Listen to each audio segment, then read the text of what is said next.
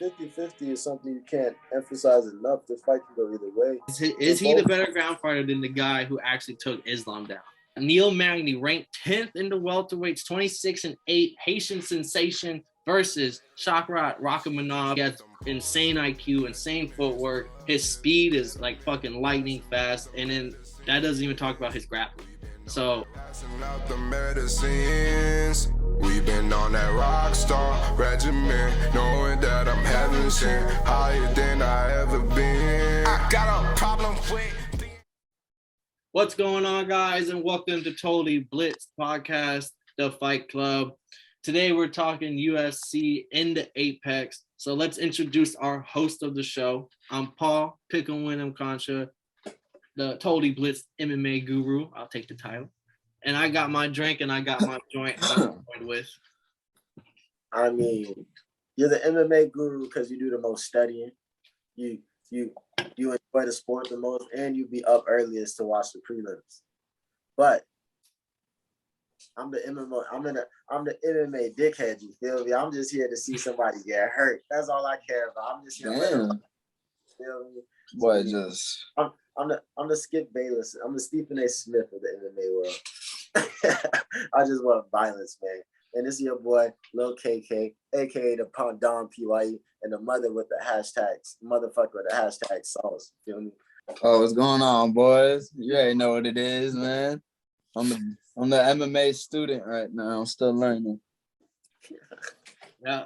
Well, what's going on, boys? We got a fucking not stack card, but very good card this weekend. We got another good card in boxing. We've been busy with this podcast and shit, so let's jump into it. We got another fucking UFC Apex fight on our hands. Before we go into our co-main event, if y'all didn't know, y'all need to know Khabib Nurmagomedov's cousin is fighting on this card, Umar Nurmagomedov.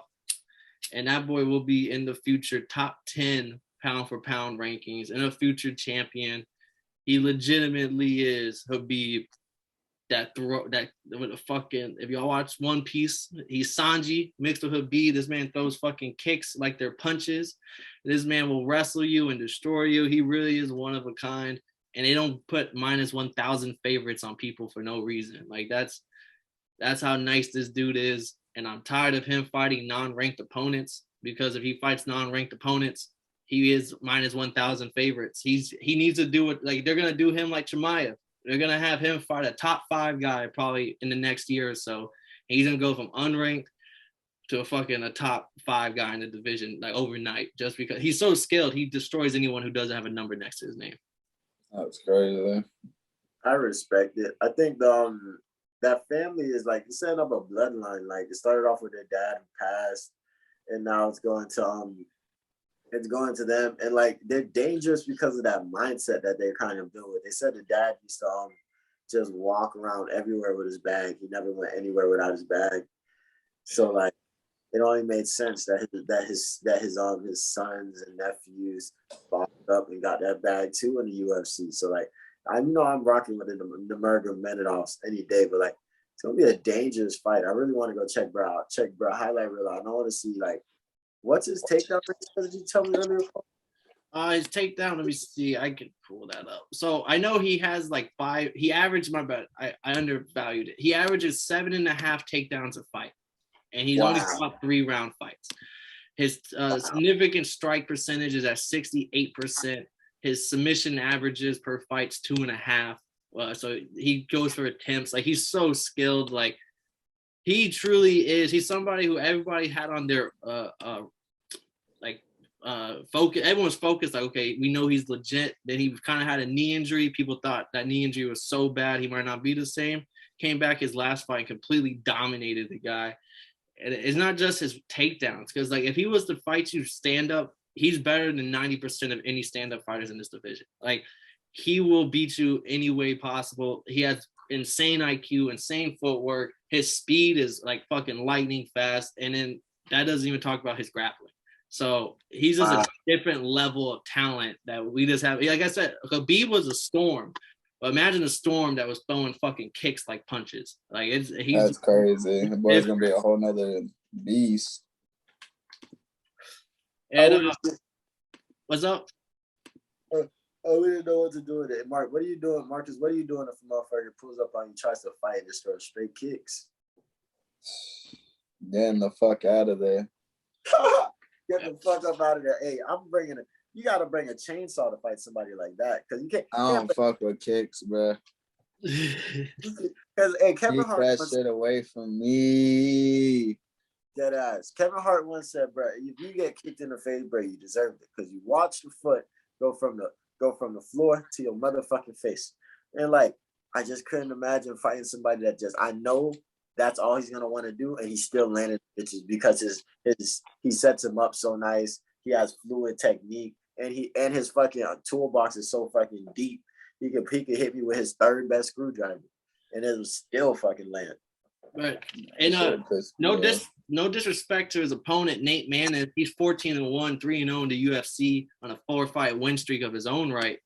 But like that should put into he's a solid prospect, 14-1, 3-0 in the UFC, and Umar's minus 1,000 against him. Like, we don't need to keep watching him with these tune-up, stay busy fights. Like, let's get like Chimaev. Like, we threw him in with a dog, and we saw that he really was a dog. Like, I think it's time we throw Umar and Nurmagomedov in with the dogs. Like, he's not like Sugar Sean O'Malley, who's all about, I need to be paid more stuff. Nah, like he's a Dagestani warrior. Like, he's just gonna fight just because he enjoys it. He had nothing else better to do that morning, so he said, "Fuck it, let me go to war." Yeah, but that was just a quick little. If y'all don't like, he's on the main card, so he does have the recognition. So it's coming a little early if you don't plan on watching the main card, just the main event or something. Come in early and just watch Umar Nurmagomedov go to work, and you can tell yourself, yeah, I was a fan of him before he was even ranked. And that's on the main card, not the prelims? He's on the main card. This is his first fight on the main card, but he's the second fight on the main card. So there's 4 fights after him. So he's not even like the right up there. But still grinding, still growing. I think he's going to be a fucking force on the top 10 pound for pound list soon enough. Future belt holder too, because he is only like 29. So he's still like, he's in his prime. I respect that. Motherfucking, I'm sad as fuck though. I seen there were some Khabib interviews going on. Cheers. There are some Khabib Down the hatch. There are some Khabib interviews that have been posted recently on YouTube on the Eagle FC YouTube channel. So I saw that and I'm thinking like, hey yo, like Eagle FC 76. I'm thinking that shit finna go down, but I'm finna go down. You should see Khabib's talking about how he how they run the company and everything like that. So I was kind of hurt when I found out that Eagle FC happened. The event happened May 20th. We missed it. We didn't even cover it. I'm kind of disappointed myself. That's it. But motherfucker, how do you feel about Khabib and the Eagle FC? Like, what do you think is the future of that? See, when you called me and told me about the Eagle FC, I was shocked because I was like, I would have heard of it because I'm not like I stay tuned with them, but I at least see them in my recommendations because of all the stuff I watch. You keep an ear to the streets. So I was a little shocked, and then he said Junior Dos Santos, and then I was like, that motherfucker popped his arm out of place in the middle of a fight and lost like a month and a half ago. That's crazy. And then you said Khabib is a part, and I was like, Khabib's gonna be in Nurmagomedov's corner this fucking weekend. What's going like my head was just turned around because I was like, nothing makes sense anymore. Like what? Like if Eagle FC's happening, and then but that was a good little twirl of the day. Twirl of the day. Oh yeah, that shit was a fun. But I want to see that shit grow, and I kind of want to see like the more and more that MMA gets broader and MMA becomes a bigger and more just accepted thing around the world. Even though it's pretty accepted in a lot of other countries, but like it just like gets more. The only science will come into it, and then there's just gonna be more as it builds and grows. So I'd love to see like maybe a couple different superpowers. Like there's the WBC, WBO, IBF. I want there to be a UFC, Eagle FC, the KFC, the Kev Fight Club, motherfucking no, the TBFC, Totally Blitz Fight Club, like motherfucking fighting championships, like motherfucking. I'd love to see that so that way there could be more cross promotions, a comeback of Pride, like so there could be cross promotional fighting. So like I never died.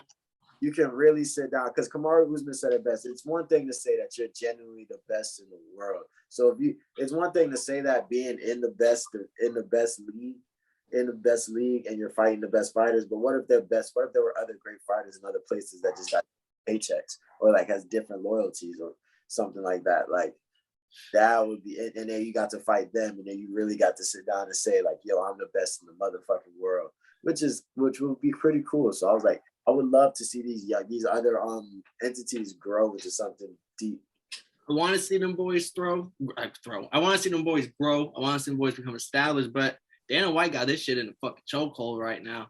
And on top of him having it in a chokehold, all the other one like One, Ryzen, Strikeforce, like all the Bellator. Usually, what happens, their biggest stars, once they become their biggest star and like a superpower, UFC comes and gets them. And it's not. I don't know if it's because more money, but it's like what you said. Like you can beat a Bellator champ, and you might think you're better than the UFC champ in the same weight division, but no one in the streets, no one in the MMA communities, no one's ever going to give you that accolade.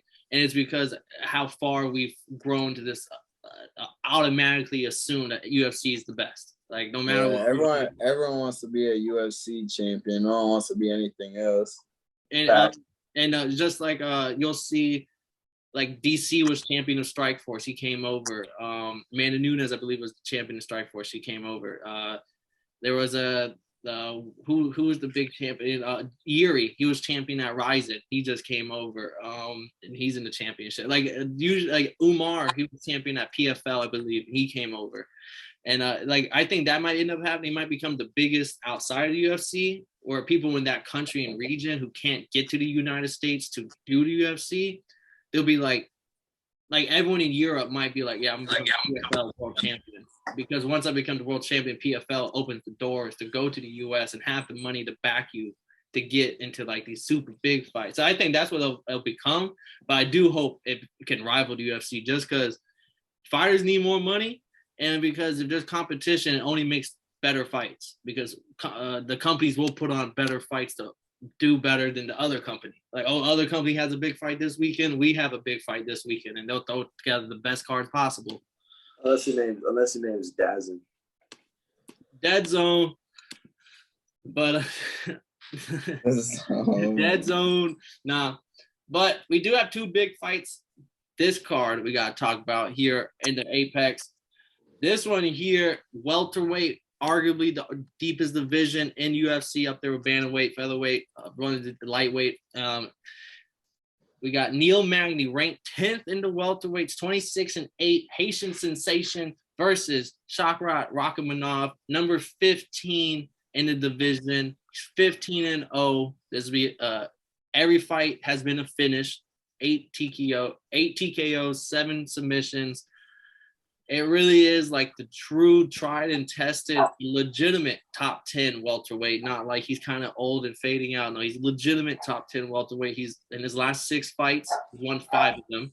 So he's not on no losing streak or anything. He had a 7-fight win streak when he joined the UFC. So Neil Magny is a legitimate fighter versus Rakhmonov, who was former M1. There's another M1 global champion of the world.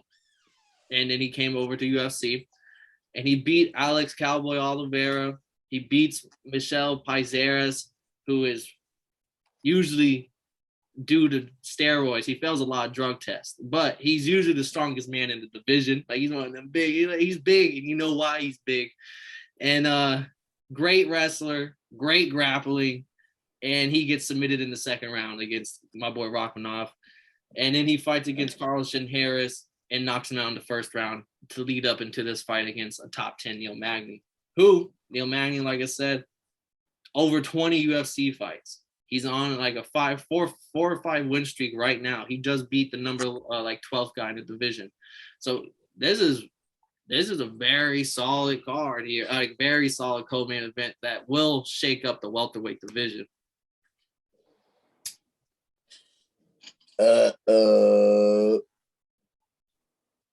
Y'all got any thoughts on this fight? Like, any hopes or dreams? We got the Rakhmonov prospect versus the true tri-tested warrior. And just to let y'all know, Rakhmonov is favored in -400 and Magny's +320. The young prospect, man. I want to look for the showcase performance see if he can put together and, you know, put his name out there. It's a good test because Magny, he's long. He's like Kevin Holland build in the welter. Like he was the Kevin Holland of this division before Kevin Holland moved down because he has an 80-inch reach. He's 6'3". He's bigger than all the other welterweights. Like Masvidal is like 5'10". Colby's like 5'10". Like 6'3" is pretty tall. He's a good striker. Doesn't really have like once you become top 10, there are no weaknesses. Like that's what I'm saying. Like he's good in wrestling. He's good on his back. He's good at striking. Probably better at striking than he is on wrestling. But being top 10 welterweight in the UFC, you don't really have many weaknesses. But is this the Rakhmonov showing out party? Is this the hey, I'm here? I'm here. I'm taking Magny in this. You know, I rock with my people, but what's his fight style like? Does he fight lean or does he like to really get in there with you? He likes to use his range. He reminds me of Kevin Holland without the BJJ. Like Kevin Holland had BJJ before he was striking. Imagine if Kevin Holland was striking and then had BJJ afterwards. That's Neil Magny. Neil Magny learned to be a good ground fighter. Because over 20 UFC fights, you see a lot of great fighters, especially you've been around this long and you have like a lot of win streaks, like a 7-fight win streak, a 6-fight win streak. So like he's good at defense. He uses his range well. He's good at grappling unless you're a really great grappler. He's good at striking unless you're a really great striker. But if you're not, he's probably better than you in most of those aspects. Just because he's trying to like I cannot downplay enough how like if Rakhmonov made slight work out of Magny, it's like oh shit, like this is a big deal. But he's not gonna fight for a belt or anything, I don't believe. But similar to like Tom Aspinall, how Tom Aspinall came in there and made light work of Drago, who's always been around top 5 heavyweight, it's gonna really open people's eyes like oh shit, like he's not just a prospect no more. And for that reason I'm going for that boy. I think this is his welcome to the UFC moment, especially on the co-main event. Like a lot of people will be watching and we'll finally see him tested at a high level. And I think he has it because I haven't seen anyone like 15 finishes and you're doing them with guillotines. You're doing them with fucking head kicks. You're doing them with uppercuts. You're doing them with fucking rear naked choke. Like you're literally in, I don't know how deep your bag is just because is it the fighters you're fighting aren't that good, which I know isn't true based off your 3 UFC fights, or are you just that good? And I think he is just that good. That boy's that damn good. That boy's gonna show up. Because if he wins this fight, he's like, I don't think Masvidal will want to see him. Like he might be propelled like right up there into the top 8, and he would have to fight like a Covington or like one of those type of dogs, Leon Edwards, Gilbert Burns. Gilbert Burns, please. And then for our main event here, this one here, honestly, is a fucking, if you're an MMA true fan, like hardcore fan, you're like nutting in your pants at this main event right here. You got 2 super prospects, right? Arman Tsarukyan, number 11, versus Mateusz Gamrot, Gamer, at number 12 in the lightweight division. Another super deep division that once they win this fight, they're going to be propelled up into those who's like, you're going to have to fight a fucking Dustin Poirier, Justin Gaethje, Danny Lash, all those motherfuckers, Islam. Like once they win this fight, they move on to the next big fight. So this is fucking a massive lightweight fight right here. No, this one's gonna be a banger from what I looked and read about and seen. This one's kind of like a 50-50. Both guys are gonna be trying to show that they could compete for a belt. That's just gonna be a banger, bro, for real. I didn't even know that much until until you were sending me about the card and stuff to look into it. So I started doing my little research. I was like, damn, these boys are some dogs. Nah, dead ass. And like 50-50 is something you can't emphasize enough. The fight can go either way. They're both really skilled. They're both really skilled all-around fighters, and they can just both do it all. So it makes you wonder who's going who. This is when you meet. This is when my favorite term, the unstoppable force meets the immovable object. Like, what's going to make shake first? What do you think is going to be what takes over? You think somebody's going to be able to get the upper hand on feet, or is it going to be the first person to get a takedown and then establish that control? See, what worries me is for the first time, I think in the long, because Gamrot is a fucking BJJ wrestler, ADC Euro champ, so he has the credentials. And what worries me is he usually is the better grappler in every fight he's in. So he dominates you and he fucking wins by fucking control, knocks you out on the ground, taps you out. So if he's winning in the exchanges, if he's winning in the pocket, getting out, not getting slipped, because I think he has a slight edge in the hands over Tsarukyan, but Tsarukyan is the only person I've ever seen take Islam down and control Islam. Even though he lost the fight, they still went to a decision, and that means something. Yeah, that don't fucking happen. And in the next 5 fights, he just completely mauls everybody. And his last fight literally was one of our first fights on the page that got a big retweet and likes. It was he was dropping elbows from top control and had the guy. It was a bloody puddle underneath the dude, and he's just bound is dropping him. So he is a force to be fucking not fucked with. And if Gamrot goes for the takedowns first, even if he's winning in these exchanges, is he the better ground fighter? That's the fucking big question here. Is he the better ground fighter than the guy who actually took Islam down? That's interesting. That's a great question. I think that's what it comes down to, because I think Gamrot, even if he's winning in the stand-up, he's a natural wrestler. You know, he's just gonna shoot off of this, like, oh, I got him. Oh, I'm putting my punches together. I got a little opening here, and then that might be a kind of I think maybe a mistake, just because I think if he might go get too greedy, and then Tsarukyan might have to wins on the sprawl. Like all of a sudden now he's on top for the round, and I don't think he didn't let Islam get up. I don't think he's letting Gamrot get up. I respect it. I think I'm rooting for Tsarukyan. I think he's my type of fighter. He's a what's it called? Genetic freak, motherfucker. Yeah. Genetic freak, motherfucking. He can do it all. He has no problem going. His specialties in the rear naked choke, and I want to say he locked up a Kimura on a motherfucker. But like, I like his wrestling and his grappling over Brett. I feel like he's a little more superior. I think that's the only category where there's a gap between the two. Because doesn't Brett average like 5 takedowns or something like that? Yeah, he averages 3. So Gamrot's the one who averages 5.8 takedowns, and Tsarukyan's the one who averages 3.4 or 3.5. It was like 3.49. I fuck with Tsarukyan. I think I'm gonna have to rock with Big Hand. And but also I will say Gamrot's takedown 5.8 so high because coming from the coming from the KSW where he was double champ, it was a little bit lesser competition. So when he was shooting takedowns, he was getting his takedowns a lot more. So that 5.8 might be a little bit more inflated. But the ADC Euro champion gold medalist a couple times, you can't inflate that one. But I agree. I think Tsarukyan is the better ground fighter, even without the gold medal. You can be the better pure BJJ fighter, but that don't make you a better MMA ground fighter. Are you the same ground fighter with an elbow on your face? I don't think so.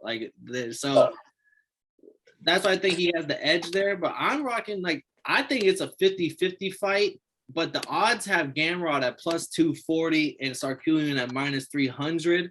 And at plus 240, I'm rocking Gamrot. I think it's a 50-50 fight. I can see Gamrot winning the exchanges. He has 5-round experience being a double champion in his last promotion.